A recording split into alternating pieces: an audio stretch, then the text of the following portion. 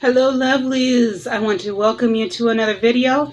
In this video I'm actually going to be doing the first of several videos where I'm talking with my niece about PCOS, polycystic ovarian syndrome.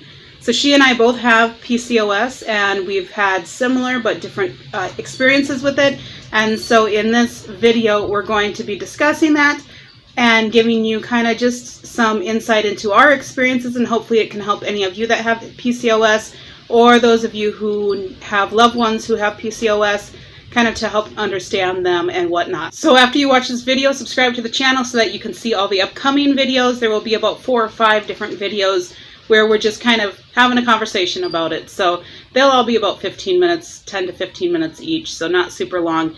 And I hope you enjoy. I hope you get a lot out of this and that this is beneficial for you.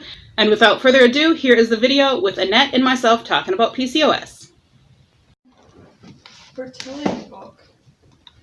Yay. Okay. Talks about PCOS in here.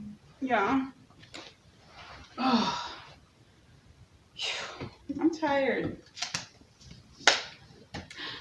Hello, lovely people. How are you? I am here again with my niece. I almost called you Sapan. Annette. And so September is PCOS Awareness Month. Did you know that? Did I tell you that? Okay. So September is PCOS Awareness Month, which I found out through the power of Instagram. I would have never known that. So Instagram is actually valuable. Plus you can see all my awesome pictures there, so it's also valuable for that. And so we're going to talk about PCOS. It's late. It's really late. She decided we're going to stay up all night.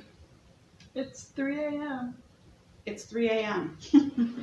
And in the morning you got to work, and I have like 24 hours of travel.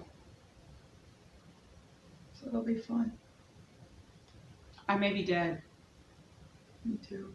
I might kill a resident. You won't be as dead as me though, because I've got until Tuesday morning. But you can sleep on the plane. I can't sleep during work. Sleep on the plane. You hear what she said? Sleep on the plane. When you're really tired, you just die. The last 3 flights that I've taken, there was a screaming child in my very near vicinity within two seats rows of me. Trust me, when you're really tired, you can sleep through that. I've never been able to, but whatever.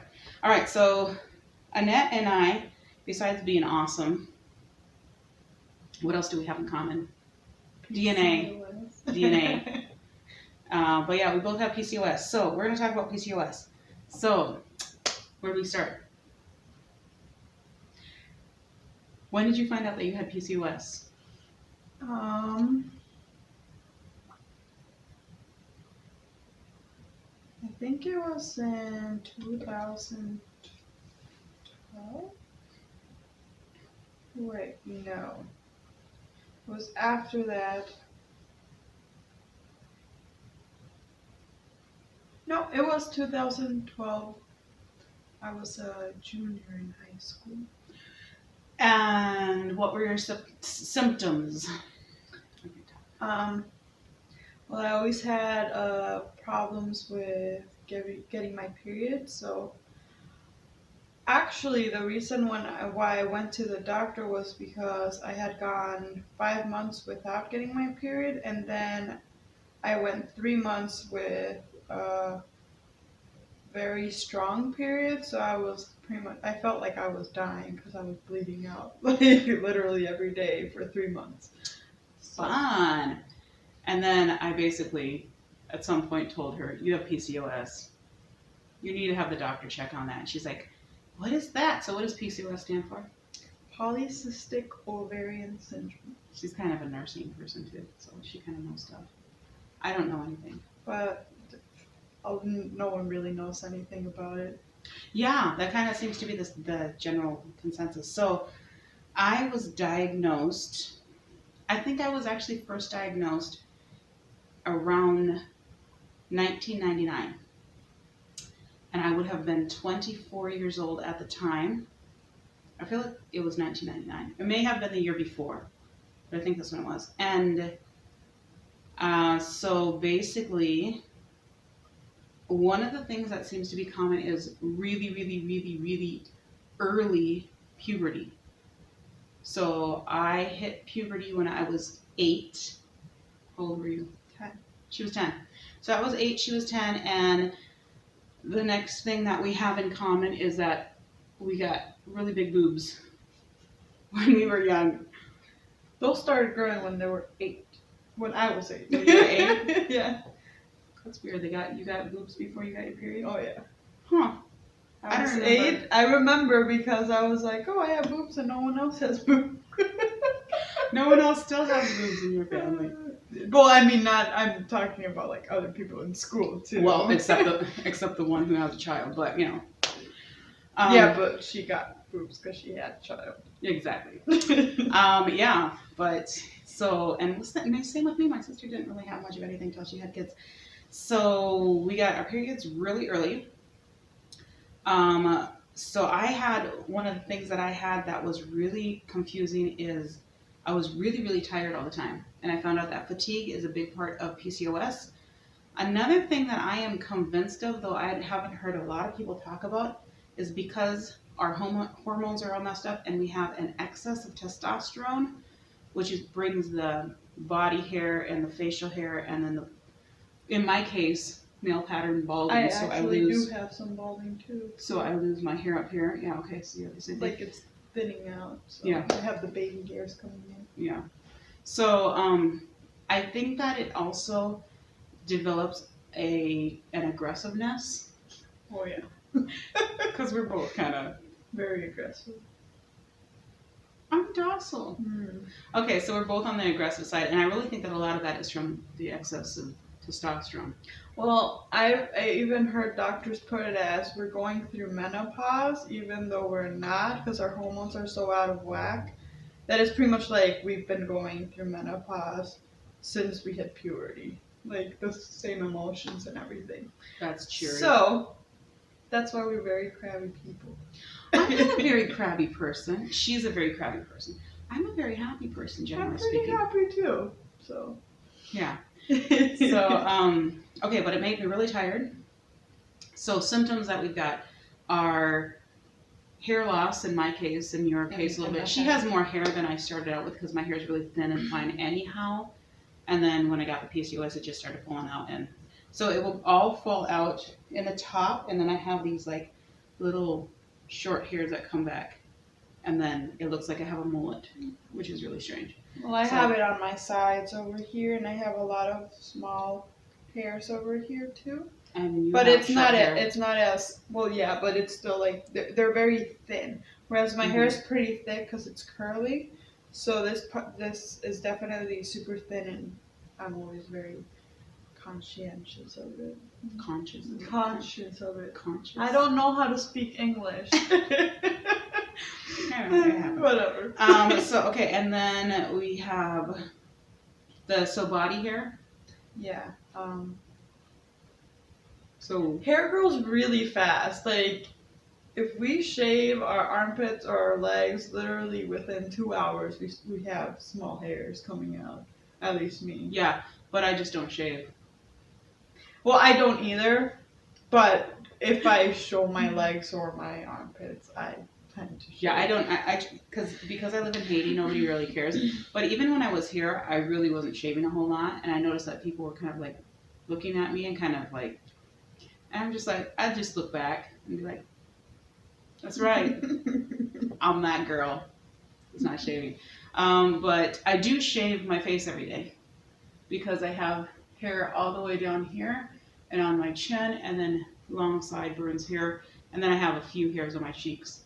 Sometimes I'll pull them, I'll pluck them just because, like especially like in the weekends when I shower late because I'm just lazy or I start doing something I don't need to be anywhere, and then I'll just kind of pull some of them out. Just I don't know. For fun. I don't know why I do that, but I end up shaving them every day anyhow, so it doesn't really matter. But I've been shaving since I was in my mid-20s. I have some beard hairs over here. They're not really, they don't show that much, but I can feel them. And it's very annoying because if I go like this, they'll poke me. So if I'm like laying down on them, they'll poke me. And I do have like a couple or three of them that come out and they're very dark. So I pluck those out every now and again. And you have upper lip hair too. Oh, yeah. Maybe more than I do, but maybe just because sometimes I'll just shave this too, but usually I'll just pull them out. I don't pull them out because... Who cares? Yeah, and it's also a Hispanic thing. A lot of Hispanic women have the facial hair. Yeah, actually in Haiti it's interesting because a lot of women have very heavy mustaches, and in Haiti they will actually, like people do their eyebrows, they'll do their sideburns way down here. So they'll darken them so that they look like they have really dark sideburns. It's really interesting. It's considered a beauty mark in Haiti. So yeah. I do get some, like, they seem like almost sideburn beard hairs over here sometimes. They're like dark and thick. It's really painful. I pull them out and they're very painful. Oh yeah, the ones right here are like, and you can hear them come out because it's right by your ear. And you're like, it makes this weird stuff. I guess I shouldn't laugh. They squeak a little. The husband is sleeping. And also there's neighbors. There's neighbors. Schmabers.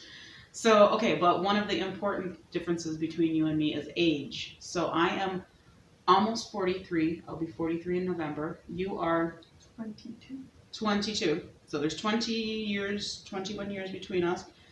And so that makes a big difference with like what we've experienced. But actually it's been really similar, even though you don't have all of the, like you don't have as much of the stuff as I did. I think when I started noticing that I was getting facial hair, I was probably your age or a little bit older. And when I started shaving it, I was probably 2 or 3 years older than you. So that's what you have to look forward to. Congratulations. Yay. You and Luke can shave together. It'll be like a bonding experience. He doesn't shave though. Well, then you can just have beard competitions. No. You might beat him. I probably would. Because he doesn't really have much for facial hair. Okay, so other things that I got the skin tags. I get them all around here too. And armpits a lot. Yeah, I get them in my armpits. I get them here. I have one like on the back of each leg, like right below my butt cheek. Not on my butt cheek, but on my leg below my butt cheek. On both sides. They kind of match. And I also have matching ones on both sides of my eyes, but those are really small. They used to be bigger, but now they're really small. I get them under my breasts too. Oh yeah, I got one. I've got one, I think, under this one. So it basically has to do with rubbing. I mean, they don't hurt or anything, except sometimes they get annoying though. This one this big one here. Yeah. In the wintertime, because now I live in Haiti, but when I lived in Minnesota, in the wintertime, this would actually become inflamed from scarves, and it would get like swollen and gross. Yeah. Well, sometimes for me, they do get itchy and uncomfortable, kind of like a scratchy feeling, like if a fabric is like irritating your skin or whatever. So sometimes they feel like that. So what I've done when they do that, I just like grab some tweezers and pull them all out because they're very tiny. That's just gross to me. I can't do that to myself. But it doesn't really hurt because it's pretty much dead skin. But you get a bunch of little dots of blood. Yeah, okay, I'm not okay with that. I just leave the big chunks of skin hanging out there. So, okay, so now, so what have you used in the past to try to control your PCOS? Well, when I went to the doctor, it was funny because originally they didn't believe me that I had PCOS. And I kept telling them I had that because Priscilla kept insisting that I had it. And then I told them my aunt has the same symptoms, she has it, and my grandma had the same symptoms. Right? No, she had other issues. Oh, okay. Yeah, I don't think she ever had PCOS. No. Well, hormonal things or reproductive things. Yeah. So I told them and they wouldn't believe me and they didn't want to do any tests. And then finally, I don't understand doctors. Like, they get paid to do the test. Why wouldn't they want to do the test? And then finally, once I told her that my aunt had it, she was like, "Oh yeah, you have that." And I'm like, how do you know? She's like, well, if you're on acid, you have it. And That that doesn't was make any sense at all. kind of her diagnosis, but since we have like pretty much the same symptoms, we just kind of assumed that they were right. Did they ever do an ultrasound? They did one in Mexico, but I was younger, like 2 years younger than them, and like, cause I was showing the same symptoms, and they didn't really see anything. But I mean, I could have developed cysts afterwards. So you got diagnosed without like actually like seeing the cysts. That's strange, but I think I don't know very many people that have this kind of symptoms. Yeah. Without it being PCOS. I don't know of anybody that has a set of symptoms. But then also the other thing is some people, they don't show the cysts as much in ultrasounds either. So like for some people it isn't as noticeable. Right. So like well, I could have had them and as I you get could have older, not seen them. Yeah, as you get older it might show up more. So